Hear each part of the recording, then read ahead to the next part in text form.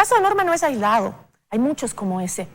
Recordemos que la Asamblea Nacional cerró el pasado 5 de febrero el primer debate de las reformas al Código Orgánico Integral Penal, COIP, sobre la despenalización del aborto por violación, estupro, incesto o inseminación no consentida. El informe para segundo y definitivo debate pues ya está listo, pero hasta ahora no se lo ha incorporado en el orden del día para su discusión. Para analizar este tema está con nosotros María Dolores Miño, docente de la Universidad Internacional del Ecuador y también directora ejecutiva del Observatorio de Derechos y Justicia. También nos acompaña esta mañana Isabel María Salazar, ella es vicepresidenta de la Comisión Ecuatoriana de Justicia y Paz. Señoras, qué gusto tenerlas en esta mañana. Buenos días. Buenos días, Gise. Gracias por la invitación. Gracias a ustedes. La última vez que se intentó analizar el tema o discutir el tema de la despenalización del aborto en caso de violación fue en el 2013 y pues el resultado fue negativo. Mientras tanto, como escuchábamos, cientos de niñas dan a luz todos los días en el Ecuador, niñas en embarazos productos en muchos de los casos de violación, ¿no? Y cuando se trata de niñas, yo creería que en el 100% de los casos, según la ley, es una violación, ¿no? ¿Qué es lo que está pasando? Entonces, deberíamos en este momento sentarnos a discutir el tema de si adoptamos o no la posibilidad del aborto en casos de violación. Empecemos con usted, Isabel.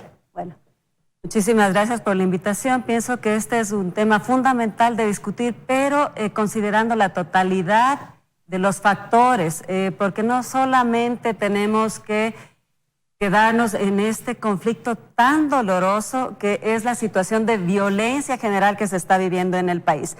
Tenemos que analizar lo que ha sucedido en otros países que han adoptado las políticas de retirar las restricciones al aborto y según eso ver si realmente estamos atacando las causas que están produciendo estas violaciones, si realmente baja la violencia. ¿Qué sucede cuando para solucionar un problema generamos el problema o el homicidio de un bebé? Porque son bebés también los que vienen a estar en juego en esta situación. Son 3 personas, el violador, la mujer y el bebé. Es lícito bajo las leyes de un país contratar un homicida, ¿no es cierto?, a sueldo para solucionar el problema. Se soluciona verdaderamente el problema. Me parece también interesante que las familias ecuatorianas sepan que junto a esta reforma de ampliar digamos, el aborto por violación, también se habla de ampliar porque el bebé tenga una enfermedad congénita o adquirida. También se habla de que si son niñas no hará falta que los padres de familia autoricen. Entonces hay muchísimos elementos que realmente tenemos que tomar en serio. Esto también me encantaría que vean este cuadro, me parece importantísimo si lo pueden agrandar en la cámara.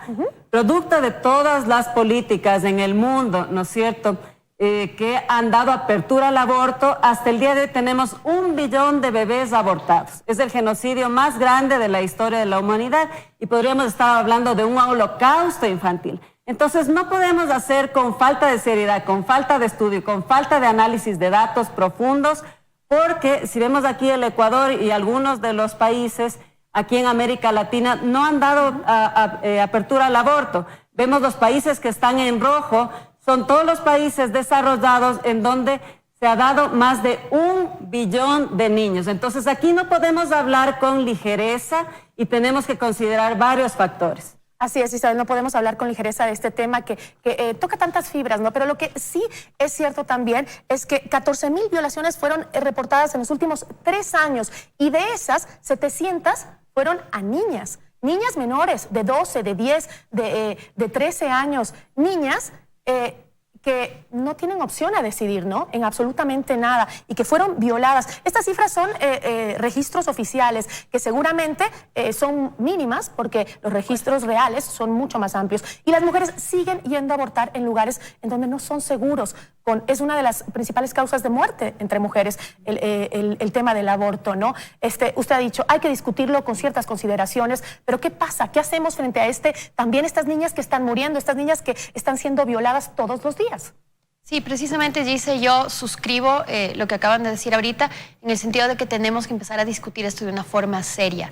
el primer requisito para discutir esto de forma seria es ubicarnos en el debate de tal suerte de que la opinión pública sepa de qué se está hablando.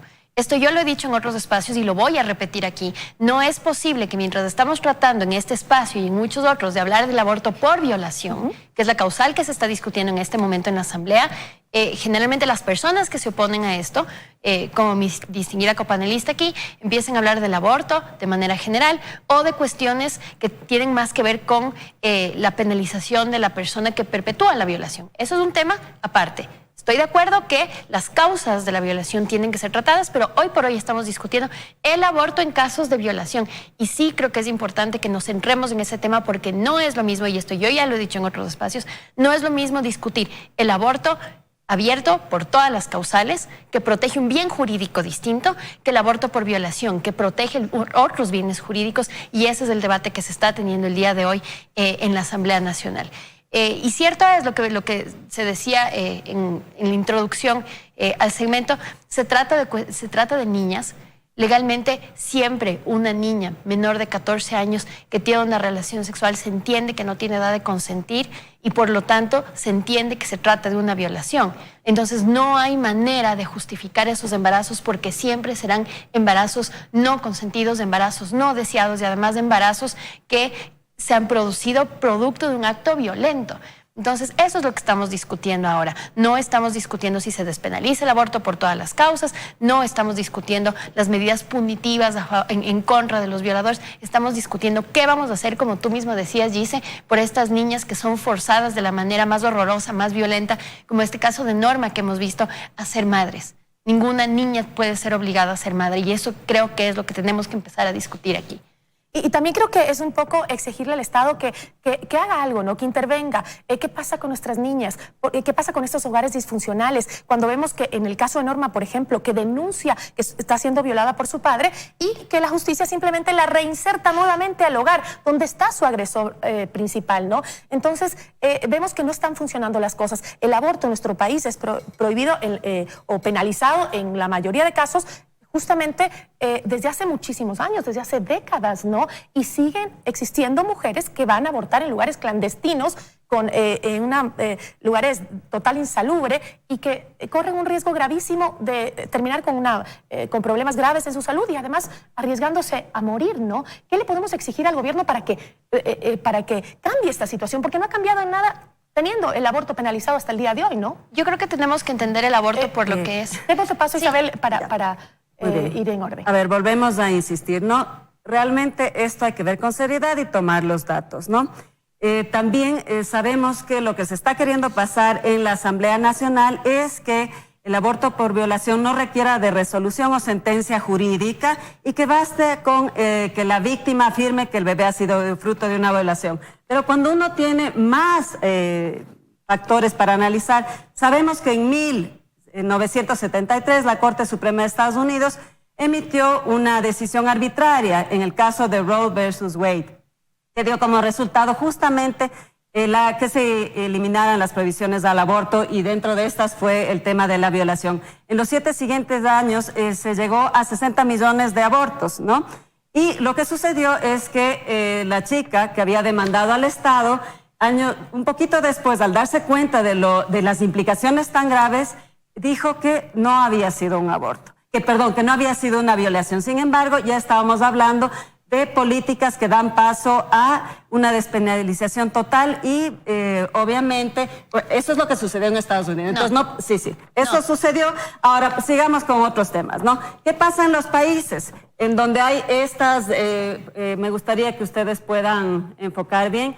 ¿Qué pasa con las adolescentes? El caso que ustedes acaban de presentar aquí en el Ecuador es un caso excelente, porque el hecho de que se permita a las niñas abortar, incluso sin que sepan los padres de familia, porque esa es la gravedad que se está tratando aquí en el Ecuador y no podemos callar esta situación, va a ser reincidente. El padre la seguirá llevando, la seguirá violando, abortará las veces que sea. Entonces, no hay manera de que entendamos que el aborto justifica o va a terminar. Quisiera el cuadro que lo ponga recto para ver qué pasa en España. Esto es de un instituto bastante serio, ¿no? El embarazo de adolescentes termina en aborto, no ha dejado de crecer. casi 6 de cada 10 jóvenes menores de 20 años se quedaron en cinta y abortaron. Esta es la realidad. Entonces, cuando nosotros hablamos desde el factor jugando con el dolor humano de las niñas y de las adolescentes, no es real. Hay otro caso. Un momento, creo también que el tema de las cifras es súper importante. Es que sobre eso hay que discutir. En un país en donde se ha aprobado el aborto o que se ha despenalizado el aborto, también podemos tener cifras más reales, porque están ahí a la mano. Claro, vamos a ver las cifras reales. El día de hoy, en Ecuador, en países como el nuestro, no podemos tener cifras reales porque no hay cifras reales. Por ejemplo, tú dijiste... Hay cifras que se importante, pero verás, yo te quiero hacer una observación. Tú dijiste que el aborto es una de las causas más importantes dentro de la mortalidad materna. Esto no es verdad. Tenemos que decir que no es verdad. Ustedes se bajan los datos del Ministerio de Salud, se bajan los datos ahí del instituto donde se hacen los censos y no aparece dentro de las causas más importantes. ¿Qué sí sucede? Que el momento en que se abren, estos son datos. Por eso, miren este dato también importantísimo en Estados Unidos. ¿Qué sucedió el momento en que se ampliaron todas estas? Porque es una concepción cultural de que el niño no tiene un valor, porque aquí está en juego también la vida de... Esto se trata del reporte de abusos de menores. Miren cómo creció. ¿Por qué crece? ¿Por qué cuando se abren esas políticas crece? De esto también hay que discutir. ¿De menores? Pero claro, crece el abuso de menores sexual cuando se abren estas políticas. No, ¿se despenaliza el aborto? No. Cuando se despenaliza el aborto, uno de los factores que han estudiado el profesor Jacobson, el Instituto de Política Familiar en España, en Estados Unidos, son estas las cifras. ¿Por qué en Estados Unidos actualmente están dando retros sobre estos temas? Aquí el tema de la cifra que tengo yo, que es el 15% de las muertes maternas son a causa de aborto. ¿De dónde tomaste? ¿De dónde tomaste? Del Ministerio de Salud. ¿Pero de dónde tomaste? Ministerio de Salud. No, es que ese dato no es real. Yo pienso, con todo respeto, Isabel, que no es cuestión de venir acá a Televisión Nacional a gritar, alzar la voz, a enseñar papeles y sobre todo mentir a la opinión pública. Sobre todo mentir a la opinión pública. Y sí le voy a pedir que por favor se dirija a mí con respeto y no se ría porque yo también estoy mostrándole a usted respeto. No es cuestión de agredir al interlocutor cuando no se tiene razón. Lo que usted acaba de decir dos imprecisiones. Usted acaba de decir primeramente que la sentencia de Roe contra Wade primeramente fue arbitraria. Yo quisiera que nos explique por qué fue arbitraria. Porque fue tomada por la Corte Suprema de Justicia de los Estados Unidos, que es el más alto tribunal de los Estados Unidos, y que analizó de manera muy consciente los alcances de la enmienda 14. Entonces, ¿por qué usted le dice a la opinión pública que es arbitraria? ¿Porque a usted le parece arbitraria? ¿Porque no tiene nada que ver con lo que usted cree? Perdón, estoy hablando. Y yo les respeté cuando usted habló, entonces usted, por favor, le agradezco que me dé el mismo respeto. Dos, segunda cosa que usted está mintiéndole a la opinión pública. Usted dice que la sentencia Roe v. Wade abrió el aborto en todas las causales y no es así. Yo siempre que hablo de este tema les invito a las personas que nos escuchan o que nos ven a que por favor lean la sentencia de Roe v. Wade, que ciertamente es un estándar en materia de despenalización del aborto. Lo que hace la Corte Suprema de Justicia de los Estados Unidos es una suerte de balance. Hasta cierto periodo, hasta ciertas semanas, la Corte dice se va a privilegiar la vida de la mujer porque no se entiende que hay realmente vida hasta un cierto número de semanas. Y a partir de eso, dice la Corte, mientras más viable es el niño, más protección se le va a dar al niño y la opción, el derecho a decidir de la mujer va disminuyendo. Eso es una cosa. Luego, lo segundo que yo tengo que hacer énfasis es que tenemos que centrarnos en el debate. Estábamos hablando de la despenalización del aborto por violación y lo voy a repetir las veces que sean necesarios porque hablar de 500 temas lo que hace es confundir a la opinión pública y diluir el debate. Entonces, vamos a regresar aborto por violación. No vamos a hablar aborto en todas las causales, no vamos a hablar incremento de violaciones, porque esos son temas que tienen otras aristas, otras políticas públicas que tienen que tratarse. Aquí estamos hablando de niñas que son víctimas de violaciones de derechos humanos. Cuando una mujer o cuando una niña es violada, se convierte automáticamente en una víctima de derechos humanos. Lo que tú decías, Gise, en ese momento el Estado adquiere algunas obligaciones, de cara también con las obligaciones internacionales que ha adquirido a la luz de los tratados internacionales de derechos humanos. ¿Cuál es la obligación principal que surge para el Estado cuando una mujer es agredida? Repararla integralmente. Desafortunadamente, en estos casos de violación no es posible regresar el tiempo al momento cuando se perpetró la violación. Ya no podemos quitarles a las niñas y a las mujeres ese trauma horrible. Pero sí podemos como Estado darles una segunda oportunidad impidiendo que esas niñas y que esas mujeres tengan que llevar el resto de su vida el recuerdo de este acto violento que ellas no consintieron, porque estamos hablando de un embarazo no consentido. Y esa es la razón principal que yo hago énfasis en la diferenciación de los dos tipos de aborto. porque en un caso, en el aborto, en el caso de la despenalización plena, podríamos estar hablando incluso de embarazos consentidos o de relaciones sexuales consentidas. Es un tema aparte. Aquí estamos hablando de relaciones sexuales no consentidas, ya sea porque fueron por la fuerza a una mujer adulta o porque fueron a una niña que no tenía capacidad de consentir, y por lo tanto estás tratando con víctimas de violaciones de derechos humanos. En ese caso, al Estado le corresponde reparar integralmente. ¿Cuál es una de las formas de reparar integralmente? Permitir a estas niñas, a estas mujeres, terminar anticipadamente el embarazo dentro de un tiempo que esté establecido por la ley, porque esta es la otra gran mentira que se le dice a la opinión pública. Van a poder abortar hasta la semana 38 y eso es asesinato. Por favor.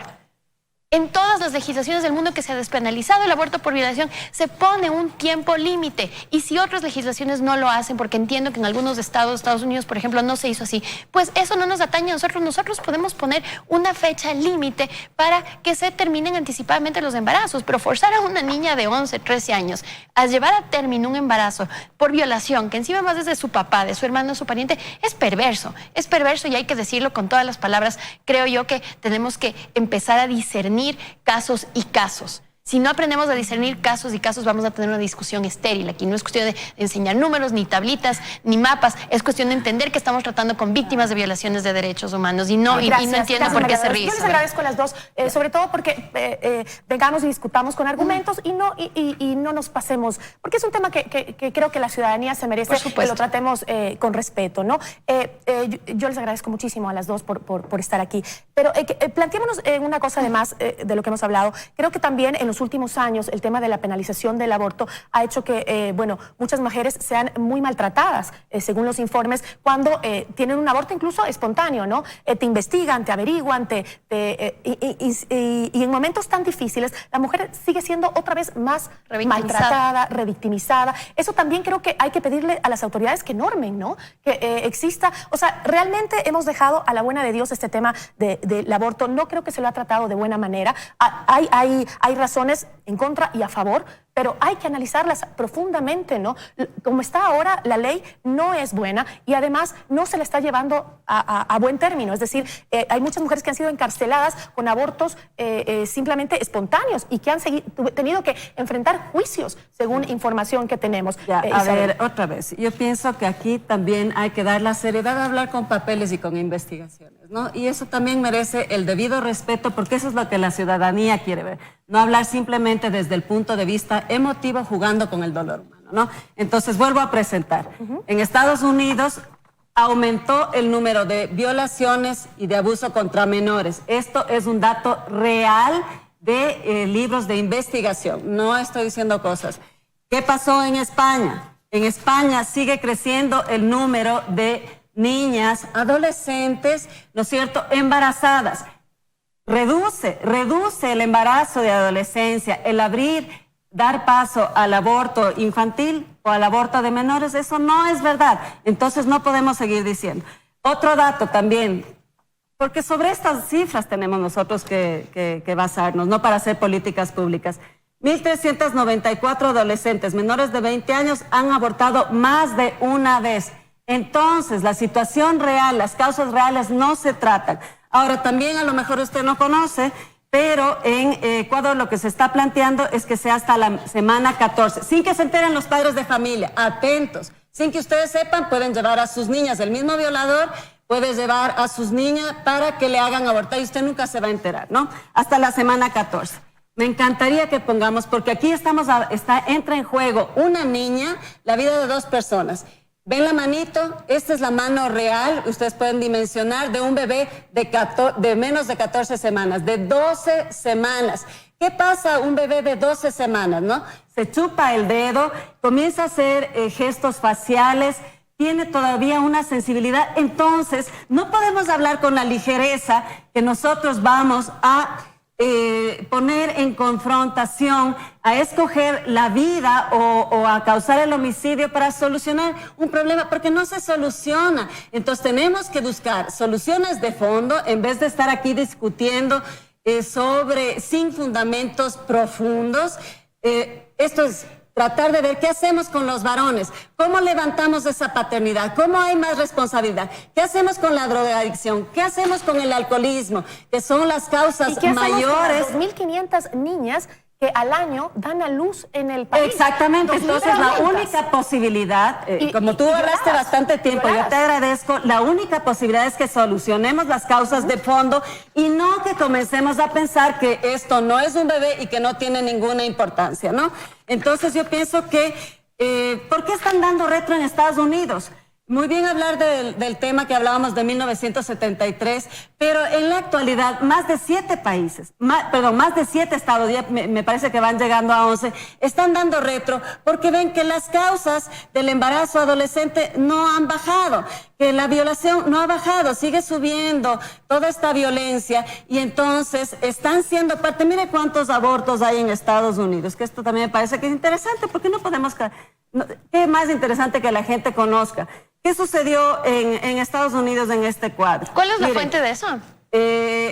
De la ONU, trabajó más de 17 años y 10 años del profesor Thomas Jacobson. Siento mucho, tal vez no conoce, le voy a hacer llegar un interesante reporte. No es cuestión de hacerle quedar a la...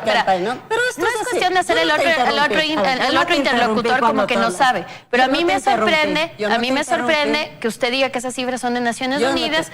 Cuando Naciones Unidas mismo... una institución... pero usted acaba de decir... Pero por favor, acaba de decir Naciones Unidas. ¿Puedo terminar? Acaba de decir Naciones Unidas. Por favor, explíquenos la fuente. A ver, hace un rato te viste que yo respete. Sí, siga, por favor. Le dejaste hablar bastante largo. Yo pido el mismo respeto, Estamos ¿no? conversando, no se preocupe. Siga, por favor, claro. El profesor Thomas Jacobson trabajó más de 10 años en Focus on Family ante la ONU. Y lo que vieron ahí es que justamente toda la ONU y varias instituciones o organismos internacionales presionaban a los países en vías de desarrollo para que implementaran el aborto, ¿sí? Esto sucedió, no sé por qué te asombras. María Dolores, sí. A ver, ¿puedo yo terminar? Porque le diste así bastante tiempo. Sí. Pero entonces, estas cifras son reales, tanto así que en marzo del 2019...